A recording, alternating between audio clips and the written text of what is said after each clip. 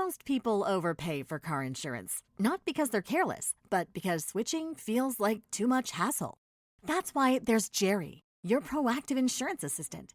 Jerry compares rates side by side from over 50 top insurers and helps you switch with ease.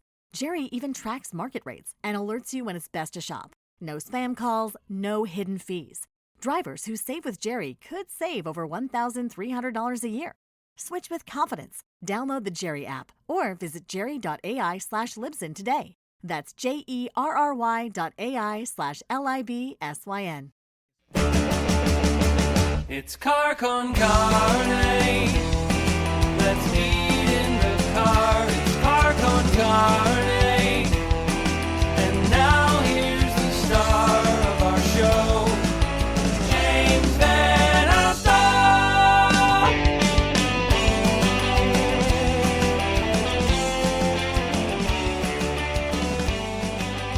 This is Car Con Carne. Car Con Carne is sponsored by Exploding House Printing. They're here for all of your screen printing, embroidery, and other merch needs, which means if you're a band, a musician, someone who owns a brand, a business, you should reach out to Exploding House. They can take care of your t-shirts, merch, whatever you need. They focus on small businesses, and in fact, they're completely local. They're over in Hermosa, and they've been doing this for a very long time. You can check out what they do at explodinghouseprinting.com, or if you like images, who doesn't, check them out on Instagram at Exploding House. They're just amazing. I'm James Van Oswald. It is Car Con Carne. I've been away for a couple weeks, balancing. I never take this long of a break from the podcast, balancing the day job, the life, and now this part-time gig I'm doing on weekends. It was a little much over the past couple weeks. ICYMI, in case you missed it, I'm now hosting Local Anesthetic, the relaunched Local Anesthetic on 93 XRT, Sunday nights, 9 until 10, an hour of Chicago music. As I'm recording this, I've done 3 of them. I'm going to keep doing them. So if you're in a local band, if you want to get stuff on the air there, that is an option. We'd love to include you. Okay. My guest on this podcast, I'm so glad to be doing this again. I'm so glad to be doing this with you. My guest is a music journalist. You've seen her work in the Sun-Times, Spin, Chicago Magazine, the AV Club, Loudwire, Pace, blah, blah, blah. In the past month, she's written about Alex Warren, Motown, Joe, Kim Gordon, Sledgeworth, The Strokes, Susanna Feltz, Mumford & Sons, and Jack Antonoff. She is Selena Fragassi. Fragassi, yes? Yes. Also the author of 7 music biographies, which requires an insane amount of research and writing. At this point, are you just showing off? I think I'm just not getting sleep. I think this is all just a daydream for me at this point, and I'm okay with that. Because writing a piece about a show or a musician or the guitarist from Soundgarden, there's like a shelf life for how long it takes from conception to publication. A book is so much more demanding. It's like you're writing, yes, but it's a whole different methodology. Well, kind of, actually, because I feel like when you get in the groove with a book, you have a focal point. I know my skeleton of an outline because I've developed that already. And it's not plug and play because there's more intention behind it, but you're kind of in the groove, a Kerouacian kind of stream of consciousness where you're smoking clove cigarettes as you do this? I'm not. I was drug-free writing these, but maybe. No, I'm kidding. But I was, you get in the groove, and I feel like, it's funny you mentioned all the artists I just wrote about this past month, which I didn't even think about it in that regard, but that's harder for me because it's like I have to do all of the research for each individual. You have to reset for everyone. Yeah, and really know their discography and their histories, and so I think it's actually a little bit more difficult in that regard. I get that because you're immersed when you're writing the book. Yeah, and these are all one-offs. Yeah. Okay, that makes perfect sense. Yeah. So the question I have for you, I think this is an interesting starting point. We'll see. The state of music journalism in 2026. Back in the day, there was a really understood path of how to become successful as a music journalist. Yeah. These days, anyone can publish their opinions online. It feels like name journalists are harder to identify or recall. You've done that, and obviously 99% of what got you there is the writing. But what do you think helped elevate your brand to the present day? Wow, that's a great thing, and I don't know. I'm just so grateful and humbled by everything I get to do that every new opportunity is like, I pinch myself. I don't know what it is. It's funny because I recently interviewed Cameron Crowe about his memoir that came out. That's pretty cool. Which was, I've interviewed every rock star and I love all those chats, but chatting with Cameron Crowe was special because that's someone when I saw Almost Famous in the year 2000, I was 18 and I was like, this is a job I want to do. Yeah. He was very inspirational for me. And we were talking about this idea of how it's such a different landscape for music journalism than when he started. because the access, the amount of Yes. space you had to tell a story, to really tell a story. And it's hard now. And it is very much of a luminous, crowded space with a lot of people, and more power to them. But you're right, because there aren't really brand names. I think for me, the only thing I can say is that I never said no. And I never... That's a business tip for any business. And my thing was always the worst thing people can say is no. So I just shot for the stars, and thankfully I had a lot of yeses. But never saying no. Like, I learned this when I started in radio. Like, just whatever they ask you to do, I'm going to figure it out. Yeah. I'm going to do it. Like, I'm going to find a way to, like you said, I'm going to request everything. Yeah. But I'm also going to, like, not turn down anything, because that's how you fight your way forward. Yeah. And I think there's also this natural curiosity I've had with this job ever since the beginning. My roots in music journalism really come from the fact that I hail from a family of very well-skilled musicians who know how to play by ear, and I never got that gift. And so musicians have always been a huge point of curiosity for me, and I think keeping that curiosity and always kind of researching and doing all the legwork beyond just the writing has been helpful too. Back to the landscape, is it kind of like the Wild West? I mean, I don't know, because there's like pluses and minuses to it, right? It's like we talk about the advent of blogs and how everyone now can be a journalist, but I think there's are people writing blogs anymore? I feel like there are. I mean, but they're music, they're like what music zines used to be, but digital, right? And it's like there's a passion there, and those people should have a space and a voice too. I think if anything, the scarier part to me is the fact that a lot of sanctioned outlets are getting rid of arts criticism. Yeah. And that's scarier to me. Do you think of yourself more as a music critic or a music journalist? I hate the word critic. I don't perceive you as a music critic. Yeah. I think of you more as a reporter in many respects. Yeah, I feel that way too. People don't tell me this, but I've asked myself, am I too soft to be a critic? Because for me, I may not like an artist, but I will find value in what they do. I don't put my bias into it. And yes, I'm going to report on stuff that happens. And yes, there are artists like Katy Perry recently, whose show was atrocious and just self-promotional. And I did not like her show, so I reported on it that way. But I like the word journalist better. I like telling the stories rather than providing the criticism. I'm almost at a point where I don't want to hear anyone's music opinion anymore. Does it matter? I mean, like we all like different It's like white things. noise at this point. Yeah. One of the most, total side note, Selena, one of the most liberating things I experienced as an adult, and it was really late in life, there is no such thing as a guilty pleasure. We all like what we like. Exactly. It's all good. And I mean, that kind of speaks to your point. Like, I can find something in everything. Like, there's stuff I straight up don't like, but I'm okay with, if you have taste that runs afoul of what I'm into, okay, whatever.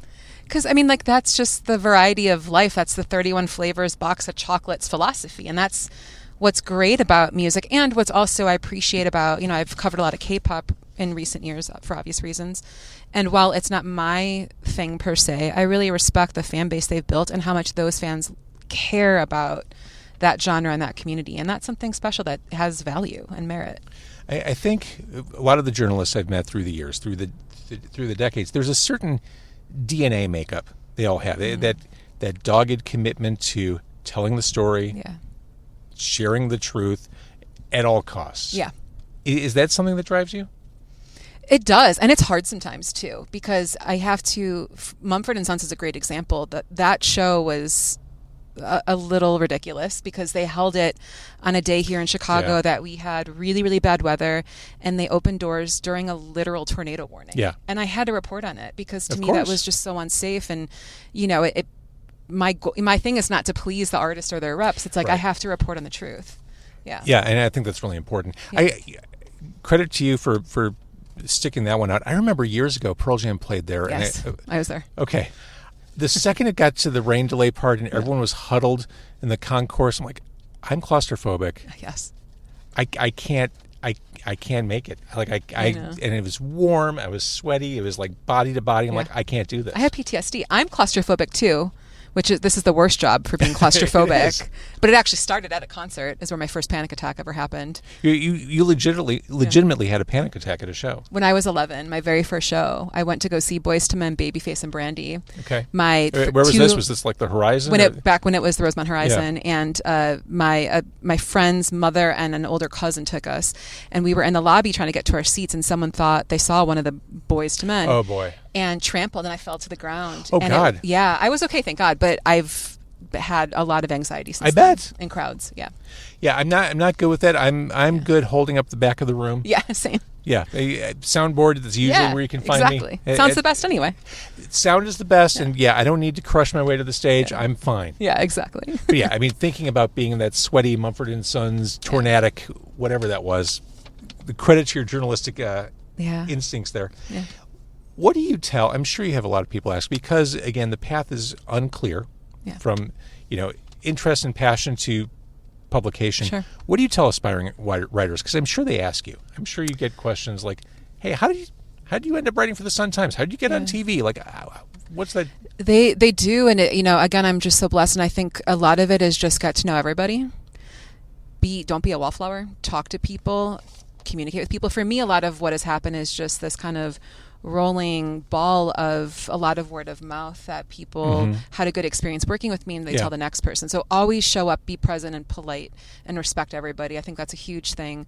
But also, again, never say no, and be an intern. Take the gigs that maybe don't pay at first, because they will pay off. Build your portfolio, and really, I think, try to find either your niche or something interesting to report on, because I think for editors, they're always looking for an interesting angle or something that somebody's not doing. And especially if you're in Chicago, I would say look at the local music scene, or whatever city you're in. Focus on the local scene first before trying to do national. Agreed. Yeah. And it's as funny. you know.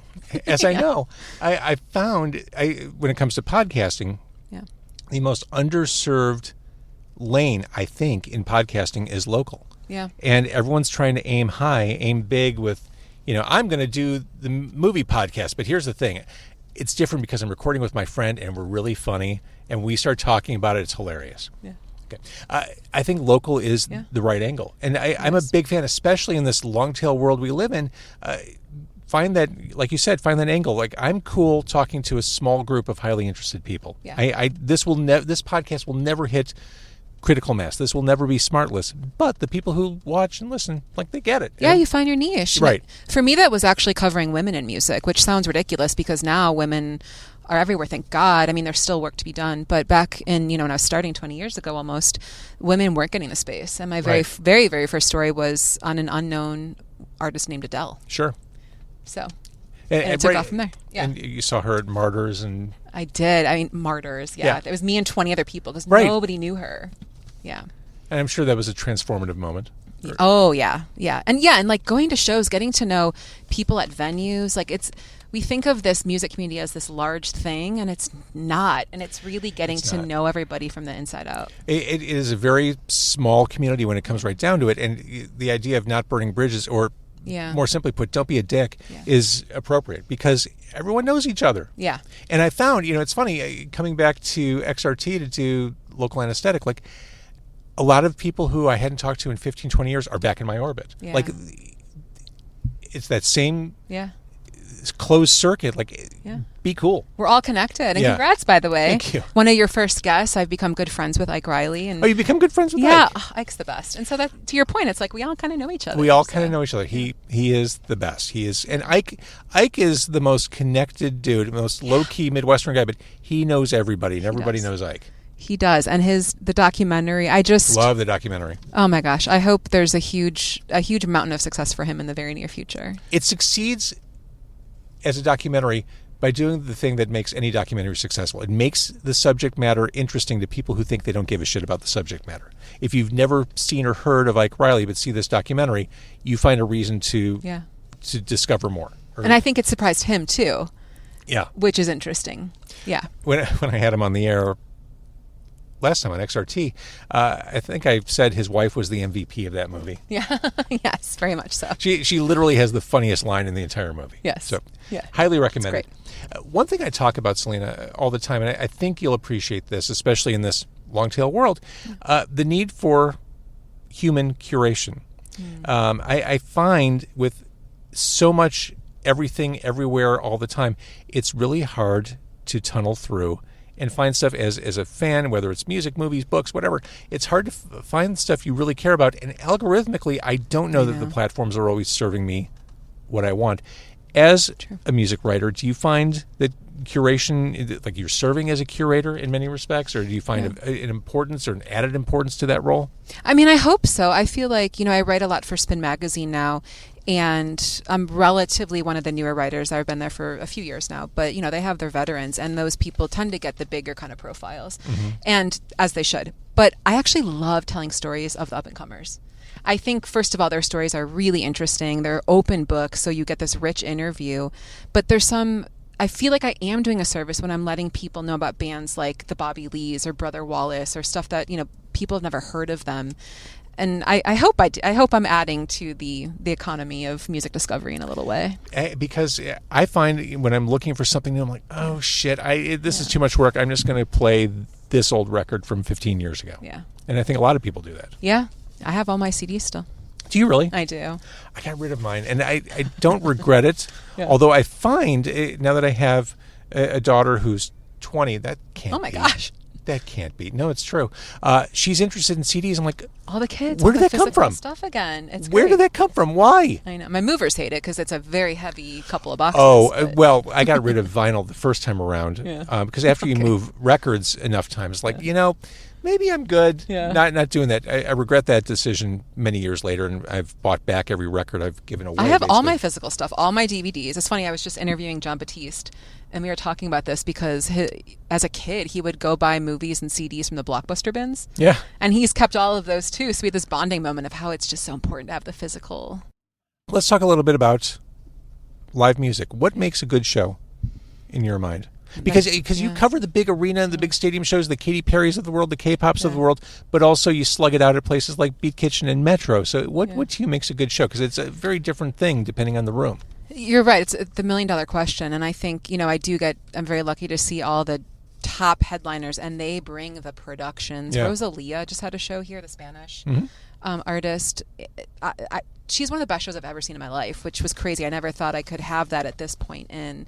But I think with anything, whether it's a multi-million-dollar production or it's a acoustic singer-songwriter at Martyrs, I think you have to have passion, and there has to be some kind of narrative to it. And when I say that, it could either be something thematic that you do with your show. Rosalia is a great example. Beyonce is a master of that. But even if you're telling these stories, which I feel like a lot of singer-songwriters do, there's something to really connect you with these people or make you think. I think a good show when you leave makes you think about it. It's not just what you heard that you want to keep playing their music, but you're thinking about the person behind it. That to me makes a really good show.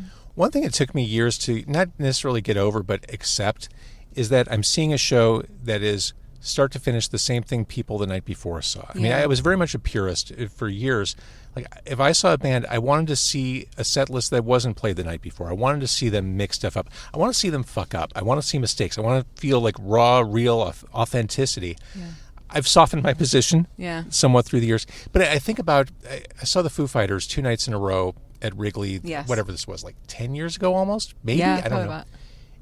And Dave Grohl told the story, which he's told ad nauseum, about discovering Naked Ray Gun as a young boy at Cubby Bear right across the street from Wrigley Field. And the first night totally landed. I was there the second night, went with 2 different people 2 nights in a row. It was note for note the same thing, like he was doing Death of a Salesman. Like he knew all of his lines. I'm like, this just took me out of it. Because it just didn't feel legit. And that my point being, to me, a show needs to feel like a one and done. Like you've seen something that cannot be reproduced. It can be approximated, but that's your moment. Again, I've softened a bit. I've seen plenty of arena shows. We were talking about the Hives before we recorded. I know that they were doing the same set list night after night. They still killed, but there is still that nagging purist part of me that wants to feel something. You want the Pearl Jams to do different set lists to their every credit, night. Right. Yeah, but I think I have noticed that, and it's a joy to report on it, because a lot of artists, even though they do have the same bells and whistles and the almost script because of the production, they can't really get around it, but they do find ways to localize it. Like Alex Warren was a great example. He has this different confetti button pusher kid every night.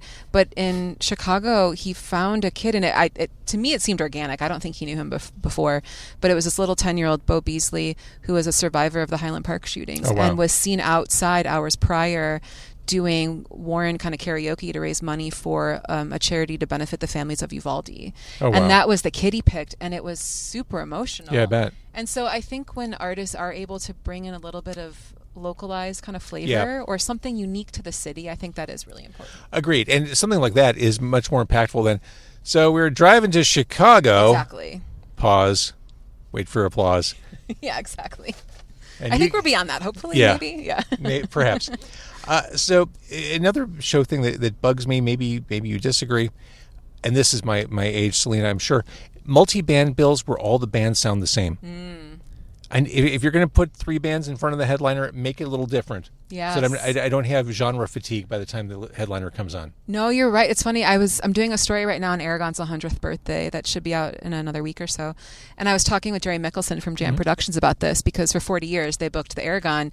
And we were talking about this idea of the tour package, how it used to be so important to have it be really like unique and discovery in a way. And it wasn't about the money kind of aspect. It was like literally putting together a good package for the fans. And there's some weird ones that Aragon had, like Violent Femmes with Dwight Yoakam opening, which is so random. Sounds vaguely familiar, but yeah. And there was the famous Sonic Youth and Public Enemy show. Yes. So I agree with you. I feel like, and a lot of people sadly don't go for the openers anymore, and I get it. We're all busy, but I love when there's a good, unique package. Are we all busy? That's a pet peeve. I have people tell me that, oh my God, I'm so busy. And True. You make time for what you can. I mean, that's my philosophy. You care about, I live like that, so. Let's talk a little bit about the books, which I hinted towards. Alanis, specifically. Yeah. I feel like, and granted I'm a little bit older than you, Selena, I feel like her image has been reinvented because 1995 Jagged Little Pill era, I don't remember her being cool. I remember her being popular. And I feel like the perception has changed. Yeah. I think it's because the current class of these confessional singer-songwriters have made her really relevant and have almost made her a goddess in a way. Yeah. So when you have Taylor Swift and Olivia Rodrigo preaching about how important Alanis is, I think she has developed that reputation at this point because of them. That's fair. Yeah. When you're writing a book, again, going to the methodology, the difference between writing a piece on a show or a tour, writing a book, because of the longer runway you have to finish your project, do you get, not writer's block, but do you get in your head a little bit? Do you like overthink? Do you spend like a day on a paragraph? Not in a paragraph. I feel like I think about it in sections. That's kind of how I have to break up the book into sections in order to give myself deadlines that I can meet, so it's not one huge project. And then I'll start rethinking about what I wrote the day prior when I'm working on the next section the next day. Or do you write linear like that from start to finish, or do you think, this is something for later in the book? I'm fired up to write about it. I'm going to do it out of order. For me, it's most natural to do not the order of the book because I think that's just how I grew up as a writer. I went to Columbia College for writing classes, and not that they taught that way, but that's just kind of the groove I fell into, and it feels most natural to me. Makes sense. Yeah, but there are times where it's like, I do my research, but I'm still actively researching while I'm writing the book, and then I'll come upon something I'm like, oh, that's really good for that section. So I'm kind of always piecing it together. And, I went to Columbia College as well. I'm grateful to that school for so many reasons. Yeah. The main reason being, I don't think I had to take a math class in order to graduate. I think I did, but I think I didn't show up for half of it, and I still passed. Yeah. They don't care about the gen eds, really. They don't, and which is good. I mean, I avoided math most of my life. Yeah. When you're creative, it's like, smartphones and calculators. Exactly. Chicago music. I mean, you are part of this scene. Do you remember what your first connection was to the Chicago music scene? With your first inroad, like band, song, whatever? There's 2, actually, and it's because of random family connections. So the first was when my parents were selling their house in Glenview. I grew up in Glenview. When I was 10, their realtor was the mother of the guitarist in Fig Dish. And she knew my dad was a music fan and brought him demos. And somehow I started listening and was like, this is cool. And the other one was my dad's brother and his family all grew up in Zion. And the one nephew was neighbors with Joe Daniels from Local H, his parents. And so same thing, got like early demos. And at that point I was in my teens and I just thought they were the coolest thing ever. And then I went to high school with Patrick Stump of Fall Out Boy. So I've had a lot of random, early run-ins with the local music scene that I think, I don't know, fate or something, or may just put the bug in my ear to be part of it. So Fig Dish, the mother of one of the members, whether it was Rick, Blake, Mike. It was Mike. Mike Wilson, who's now a Yes. professional sommelier. Yeah. The mother was a realtor. Yeah. And that's Carolee Willison. Shout out to Carolee. That's incredible. Yeah. Did I perceive that you are going to do a podcast? I'm trying to figure that out. I was kind of working on one that sadly isn't going to work out, but I have some ideas, and so I'm hoping that at some point it's hard to jump in, right? Like I don't know that I'd want to jump in now. Yeah, it is tough, and there's so many out there, and I also am like, what am I trying to say that's unique in this space, And I also think like I don't want to oversaturate. I think what I do really well is the written word and what I'm most passionate about. So, TBD. And the thing about I don't want to tell you your business, but the thing about a podcast, it doesn't have to be an hour long for every episode. Yeah, if you have true. like 10 minutes worth of good content, that can be an episode. Very true. Very true. So yeah, maybe. But, there's also things outside of music I want to do at some point. I'm like, when am I going to give the time for that?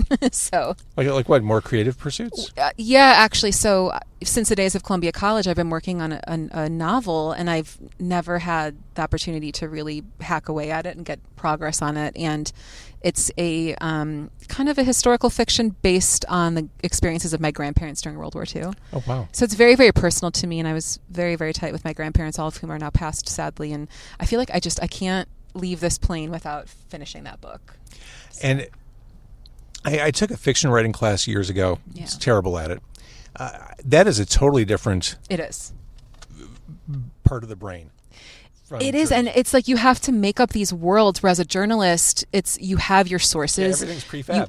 It's realities. You're able to just report on it. With fiction, I have to come up with it, and I have to be authentic is the other problem. Like I have to do my research, especially when history is involved, because I don't want to come off as, what was that guy who was on like Oprah who got his whole life ended because he like lied and was so inauthentic. You know what I'm talking about? Yes, of course. I don't want that to happen. No, you certainly don't. But it's interesting. You are very much a multi-platform personality, journalist.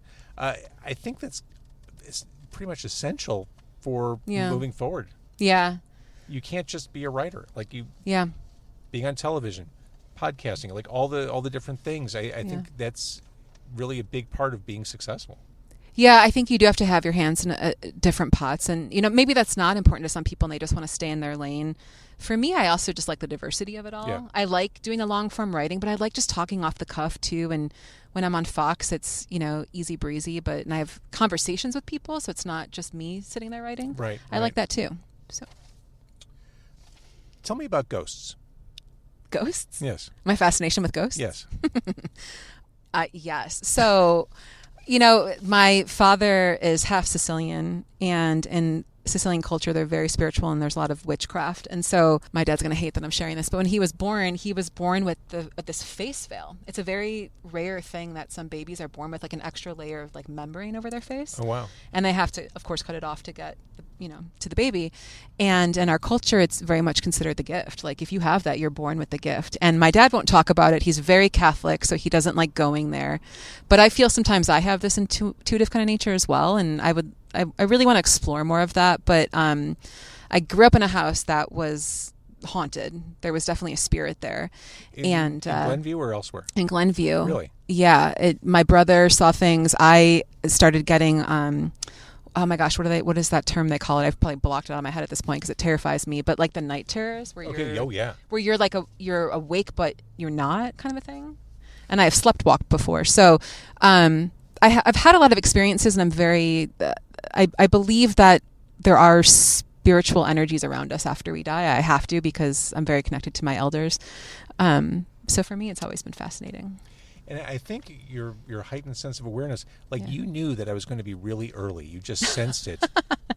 So I was like showered and ready to go. Because when I texted, I'm like, yeah, I'm early. Don't feel any pressure. This is my curse. I'm always early. Don't worry about it. You're like, I'm ready to go. Like, I'll be right there. Maybe. I don't know. I have this like weird thing. Like I can kind of think of things before they happen, if that makes sense, but not always concrete, but like there's something. I remember, like, to give you an example, I was at a Buddy Guy, one of his January shows years ago, and I just had this feeling that something bad was going to happen. I'm like, I have to turn on the news or something when I get home. Sure enough, David Bowie died. Crazy. And then the world literally did end at that point. Tilted on its axis at that point, and everything went wrong. Yeah. Yeah. Wow. Okay. Yeah. So what's coming up for you? I mean, I'm sure your calendar is bananas. As This all time of of ours year. are. Yeah. Wait, what are you looking forward to? Let me rephrase. You know, I'm actually really looking forward to Lollapalooza this year. I wouldn't always say that, but I love the lineup this year, and I'm not talking the headliners. I think all the quote-unquote undercards are awesome, and I'm going to be ping-ponging like crazy at Lollapalooza. Riot Fest, of course. You know, I'm looking forward to seeing Bob Dylan next week, because we just talked about this, but I've never seen Bob Dylan in my life, and that'll be cool. But there's so much. This is my busy time. And the great thing about Dylan is, if you don't like hearing songs you know, like that is a slam dunk show for you. Yeah. Like, I want to go hit free when I go to a concert. Don't you dare play anything familiar from your past 65 years as an artist. You're going to love that. But, you know, Lucinda Williams is opening. I've never seen her. Love Lucinda. So very excited about that. Dylan has a new Chicago guy, Jill Patterson, playing guitar. So I feel like maybe they're going to do something cool locally for that show. Yeah. But yeah, there's so much happening this year, and it's pretty status quo for me in terms of Sun Times and Spin. But I'm trying to get some new book pitches out there, so maybe I'll have something new to share soon. You are busy. Yeah. And but I love being it. I would be bored if I wasn't. Same. Yeah. Like, I get that completely, but I feel very fortunate that we found a night that intersected for both of us. Like, it seems like that was not a likely thing to happen, so. You're just interrupting my World Cup watching, but that's fine. Okay, fair enough. Selena, thank you. This is our first time meeting, which seems wrong.